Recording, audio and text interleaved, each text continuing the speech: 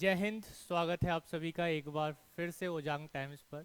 तो रोज की तरह ही आज भी हम कुछ एक विशेष मुद्दे पर चर्चा करने वाले हैं। एक इंटरनेशनल इशू है।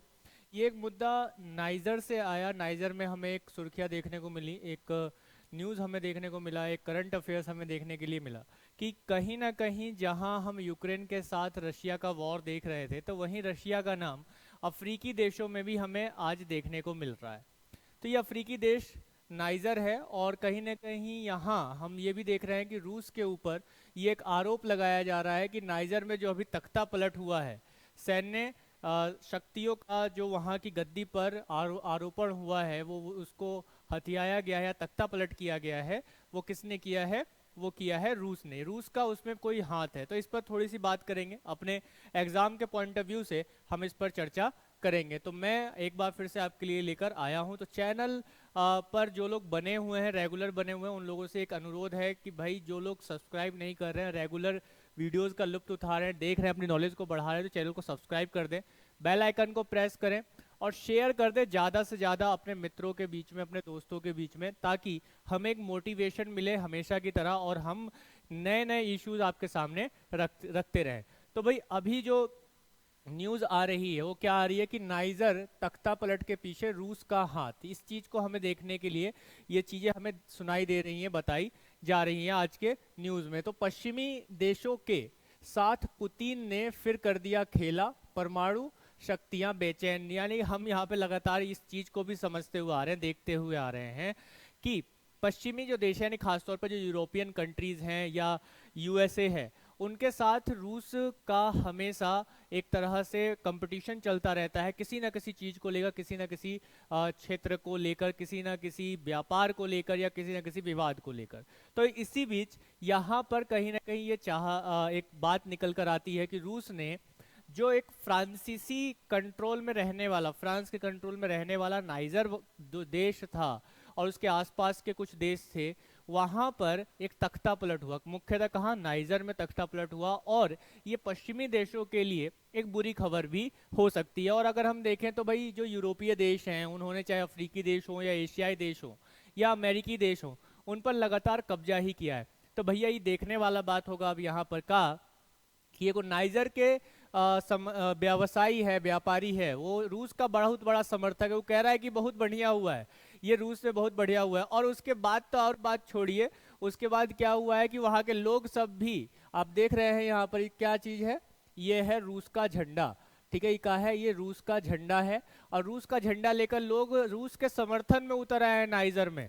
अब इस चीज को हमें इस समझ में आ जाना चाहिए कि भाई नाइजर में रसिया के सपोर्ट में कितने सारे लोग खड़े हैं, यानी कि रूस के सपोर्ट में बहुत सारे लोग सब वहां खड़े हैं। और जब बहुत सारे लोग वहां रशिया के सपोर्ट में, रूस के सपोर्ट में खड़े हैं सब, तो हमें एक चीज यहाँ देखने को मिलनी चाहिए कि वहां के लोग लगातार जो यूरोपीय देश सब हैं, जो उनका शोषण कर रहे हैं, ऐसा उनका आरोप है कि उनका शोषण किया जा रहा है। वहाँ के मिनरल्स, जो रिसोर्स सब है, वहाँ के संसाधन है, उसका ये यूरोपीय देशों ने कई देशों के साथ ऐसा किया भी। हमारा इतिहास खुद भारतीयों का ऐसा रहा है कि अंग्रेजों ने, फ्रांसीसियों ने, पुर्तगालियों ने ये यहाँ आए और हमारे रिसोर्सेज को लूटा है। तो ये सब चीज़ यहाँ पर देखने को मिल रही है कि यहाँ के लोग रशियन झंडे का कपड़ा बनाकर पहन रहे हैं, यानी पूरा अपने आप को जो है रशिया का समर्थक बता रहे हैं। इसी तरीके का एक वहाँ का व्यवसायी, एक व्यापारी है, जो ये कहता है कि रूस उनकी मातृभूमि की मदद कर सकता है, उसकी रक्षा कर सकता है। उन्होंने कहा कि मैं चाहता हूँ कि रूस सुरक्षा और भोजन में उनकी मदद करे। रूस क्या करे? उनकी सुरक्षा और भोजन में मदद करे। इस चीज पर उन्होंने, व्यापारियों ने बात की। तो लगातार लोग सड़कों पर उतर के आ गए। अब जहां रूस की बात होगी वहां अमेरिका की बात क्यों नहीं होगी? तो अमेरिका की तरफ से भी स्टेटमेंट आया है, एक एडवाइजरी जारी की अमेरिकी सरकार ने। किसके लिए जारी की है भैया? ये जारी की है कि भाई नाइजर में जाने वाले जो भी अमेरिकी लोग हैं, नागरिक हैं, उनको ट्रैवल एडवाइजरी जारी की है यूएस ने। कि कहा है कि भाई जो तख्ता पलट हुआ है, इसकी वजह से वहां पर आतंकवादी समूह जो हैं वो बहुत ज़्यादा एक्टिव हो गए हैं।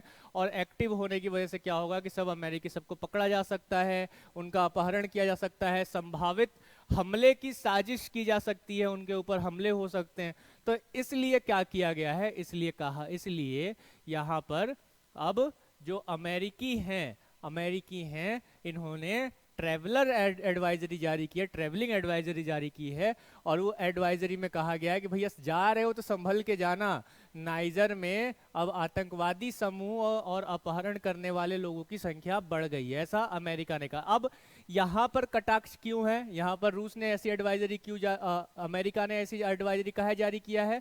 अमेरिका इसलिए जारी किया है काहे कि यहाँ पर आ गया है नाम किसका? रशिया का। रशिया का इन्वॉल्वमेंट हो गया है और रशिया का इन्वॉल्वमेंट तख्ता पलट में माना गया है यहाँ पर, तो इसलिए ये एडवाइजरी ये जारी किया है।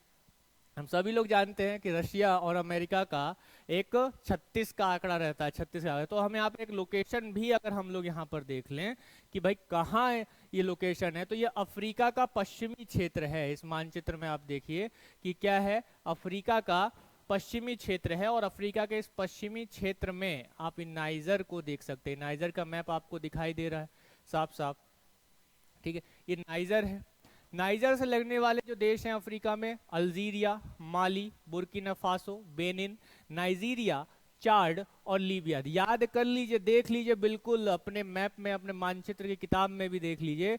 इन सब से प्रश्न बन सकता है पूरा का पूरा कि नाइजर के साथ यूपीएससी का प्रीलिम्स में बहुत अच्छा और खूबसूरत प्रश्न यहाँ से बनता है कि भाई आराम से मैप से क्वेश्चन बनता है कि नाइजर के साथ लगने वाले इनमें से कौन से देश नहीं हैं, या कितने देश इससे सीमा साझा करते हैं, 4-5 देशों के नाम, और उसमें से पूछेगा कि कितने नाइजर के साथ सीमा साझा करते हैं। तो बहुत ही खूबसूरत प्रश्न है, तो यहाँ आप लोग नोट कर लीजिएगा कि कौन कौन से देश है। तो यहाँ आप देख रहे हैं कि ये जो क्षेत्र है पूरा नाइजर का, जो नाइजर का पूरा क्षेत्र है, यहाँ पर अब तख्ता पलट हो चुका है, यानी कि सैन्य शासन आ चुका है। किसका शासन आ चुका है भैया? सैन्य शासन आ चुका है, यानी कि जो मिलिट्री गवर्नमेंट है उसको यहाँ पर स्थापित कर दिया गया, तख्ता पलट कर दिया गया है। इसके अलावा इस यहाँ पर प्रभाव जो माना जाता था वो किसका प्रभाव माना जाता था? मुख्यतः वो माना जाता था कि फ्रांस का प्रभाव यहाँ पर ज़्यादा है और फ्रांस के गुलाम देश हैं। तो इसी के साथ आगे क्या है मामला, इस पर अगर हम बात करें तो नाइजर में तख्ता पलट के बाद पश्चिमी देशों के प्रति जो है लोगों ने अपना गुस्सा खुलकर सामने रखा। पश्चिमी देशों के प्रति, पश्चिमी देश कौन? यानी कि मुख्य रूप से कहा जाए तो यूरोपीय देशों की ओर, और लोग जो है वो सड़कों पर रूसी झंडे की बनी शर्ट पहनकर वहां पे घूमने लगे। तो देखिए कितना मजेदार मामला निकल कर आ रहा है, देखने को मिल रहा है कि लोग रूस के समर्थन में इतना उतर के आ गए कि उसके झंडे का कपड़ा पहना के घूम रहे हैं, उसके समर्थन में कपड़ा पहन के सब घूम रहे हैं। इसी तरह के वहाँ के जो राष्ट्रपति हैं मोहम्मद, जो अभी राष्ट्रपति थे उनको हटा दिया गया पद से, क्या नाम है? मोहम्मद बजोम नाम है। उन्होंने उनके जो पारंपरिक गढ़ है वहाँ के लोग भी किसके, वहाँ जहाँ उनका होम टाउन है वहाँ के लोग भी क्या कर रहे हैं कि रूस को इतना समर्थन दे रहे हैं कि उसके ध्वज का, उसके रंगों से बनी शर्ट पहनकर घूम रहे हैं, प्रदर्शन कर रहे हैं। और इस तख्ता पलट के बाद अभी जो है जुबानी जंग छिड़ी हुई है यूरोपीय देशों के बीच। तो ये आप जो चित्र देख रहे हैं ये मोहम्मद बैजोम हैं जो कि नाइजर के राष्ट्रपति हैं, ठीक है। अब तो इनका तख्ता पलट हो चुका है, तो अभी हम क्या कहें कि ये पूर्व राष्ट्रपति हैं या इससे पहले राष्ट्रपति हुआ करते थे। इनके समय में ये दिक्कत हुआ करती थी कि ये जो थे ये उग्रवादी इस्लामवादियों के खिलाफ जो है लड़ाई में, जो पश्चिमी कट्टर देश है, खासतौर पर जैसे फ्रांस को हम लोग जानते हैं कि फ्रांस में पंथ निरपेक्ष नहीं धर्म निरपेक्ष है, यानी कि धर्म निरपेक्षता को बहुत ही जो है स्ट्रांगली वहां पर माना जाता है, और खास तौर पे किसी धर्म का सहयोग ना करने के लिए फ्रांस जाना जाता है। तो कहीं ना कहीं यहाँ पर पश्चिम के जो कट्टर सहयोगी थे, यानी कि जो एक्सट्रीमली मानते हैं, क्या मानते हैं कि जो धर्म है उसका विरोध होना चाहिए, यानी कि धर्म से कोई चीज नहीं चलती है, उनका ये सहयोग करते थे और उग्रवादी जो इस्लामवादी हैं उनके खिलाफ ये लड़ाई लड़ते थे। तो इस चीज को भी देखते हुए इनका पक्ष एक कमजोर हुआ है। यहीं पर पश्चिमी अफ्रीकी जो देश है नाइजर, इसमें अगर हम बात करते हैं तो पश्चिमी अफ्रीकी देश नाइजर में हम लोग क्या देखते हैं, हम लोग ये देखते हैं कि जो तख्ता पलट के बाद सैन्य शासन लागू हुआ, राष्ट्रपति मोहम्मद बैजोन को अपदस्थ कर दिया गया और उनके सुरक्षा कर्मियों को बंदी बना लिया गया। और यही नहीं, तख्ता पलट होने के बाद 28 जुलाई 2023 को अभी वहां की जो कमान संभाली है, वहां की जो कमान संभाली है वो किसने संभाली है? जनरल अब्दुल रहमान तियानी ने, जनरल अब्दुल रहमान तियानी जो वहाँ के आर्मी के जनरल हैं, उन्होंने क्या किया है, उन्होंने यहाँ पर कमान संभाल ली है, नया राष्ट्र प्रमुख घोषित किया गया है। जबकि अंतर्राष्ट्रीय पर्यवेक्षकों की बात करें तो उन्होंने लोकतांत्रिक व्यवस्था को बहाल करने की एक बार फिर से मांग की है। यानी कि जो लोग हैं बहुत, जो अंतर्राष्ट्रीय इंटरनेशनल लेवल पर हैं, वहाँ के लोगों ने इसमें मांग की है कि एक बार फिर से वहाँ लोकतांत्रिक व्यवस्था शामिल हो। क्योंकि अभी ये लोकतांत्रिक व्यवस्था नाइजर में, अगर हम बात करें नाइजर में, नाइजर को आज़ाद हुए 60 वर्ष से ऊपर बीत चुके हैं, और इसमें अगर हम बात करें तो इतना दिनों के बाद, इतनी लंबी आज़ाद होने के बाद, इतने लंबे समय के बाद 2 साल पहले एक स्वच्छ नीति के साथ, यानी कि एक साफ सुथरी सरकार से, एक मतलब कहा जाए कि एक सही तरीके से चुनी हुई सरकार बनी थी। कब बनी थी? अब से 2 साल पहले। और एक बार फिर से वहां पे अब क्या हो गया, तख्ता पलट हो गया। और तख्ता पलट होने के बाद जो अंतर्राष्ट्रीय स्तर पर बात उठ रही है कि भाई वहां पर लोकतंत्र आया जाए। अभी ये जिनका चित्र देख रहे हैं, यही हैं जनरल अब्दुल रहमान तिवानी। जनरल अब्दुल रहमान तिवानी अब ये सेना प्रमुख हैं, जनरल हैं। इन्होंने राष्ट्रपति को पद से हटा दिया है और वहां के प्रमुख बन गए। लेकिन यहाँ इतनी बात क्यों चल रही है? क्या प्रमुख है नाइजर में? नाइजर क्यों प्रमुख है? हम सभी जानते हैं कि अफ्रीकी देश एक तरह से देखा जाए तो संसाधनों से परिपूर्ण देश है। अभी वहाँ के संसाधनों का दोहन ही नहीं किया गया है, यानी कि अभी तक ये भी नहीं पता चला है कि संसाधन मुख्यतः कहाँ कहाँ किन किन क्षेत्रों में बिखरे हुए हैं। तो उनमें से एक देश नाइजर भी है। और नाइजर में अगर हम देखें तो एक फ्रांसीसी सैन्य अड्डा है। इसके अलावा अगर हम देखें तो ये देश यूरेनियम का दुनिया में 7वां सबसे बड़ा उत्पादक है।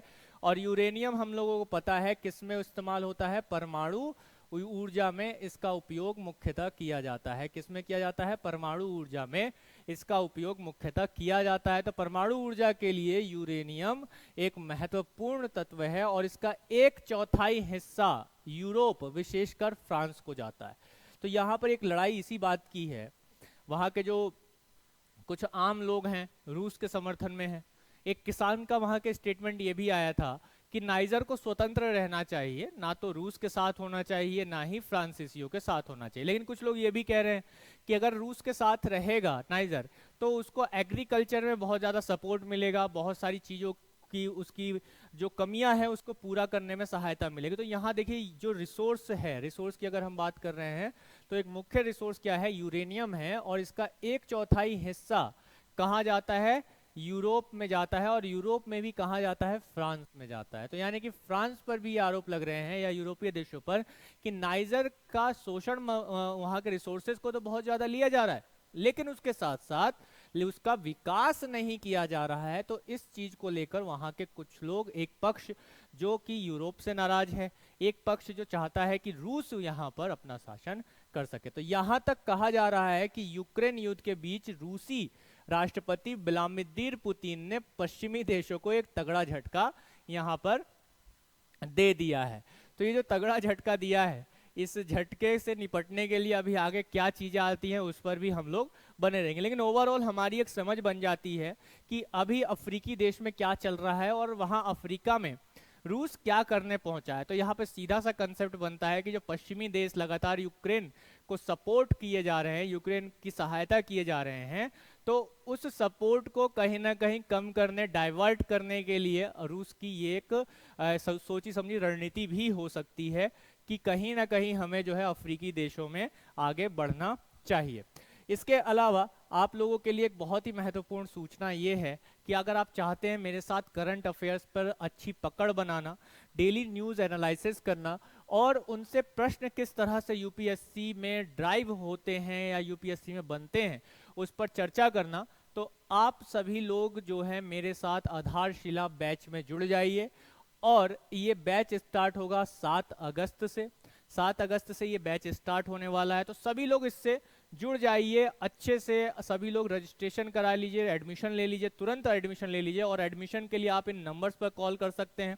इसमें केवल हम डेली न्यूज एनालिसिस की बात नहीं करते हैं, इसके साथ साथ जैसा मैंने बताया कि इनसे प्रश्न कैसे बनने वाले हैं उस पर भी हम लोग चर्चा करने वाले हैं। जैसे द हिंदू, पीआईबी और अदर्स जो सोर्सेज हैं जिनसे यूपीएससी हमसे क्वेश्चन पूछती है उस पर हम लोग बात करेंगे, और उनसे डेली न्यूज़ रिलेटेड जो प्रीलिम्स ओरिएंटेड डिस्कशन है, उससे क्वेश्चन जो हमारे क्रिएट होते हैं क्वेश्चन फॉर्म में, उस पर भी हम डेली डिस्कशन करने वाले हैं। हाउ टू रीड न्यूज़पेपर, इसको लेकर बहुत सारी परेशानियां बच्चों में रहती है कि हम न्यूज़पेपर कैसे पढ़ेंगे, तो यहाँ हमें इस पर भी चर्चा करने वाले हैं। इसके साथ ही जैसा मैंने बताया, आप सभी लोग इसमें एडमिशन ले सकते हैं। करंट अफेयर्स एक ऐसा विषय है, आप इसे न केवल यूपीएससी में उपयोग में ला सकते हैं, बल्कि अलग अलग एग्जाम्स में भी करंट अफेयर्स का यूज होता है, और बहुत ही अच्छे से होता है। और जब करंट अफेयर्स पर आपकी नॉलेज डीप होती है, अब आप कहेंगे आप अलग क्या दे रहे हैं सर, है ना सर, करंट अफेयर्स तो हमें आराम से मिल जाता है, हम परचेज क्यों करें? तो इसका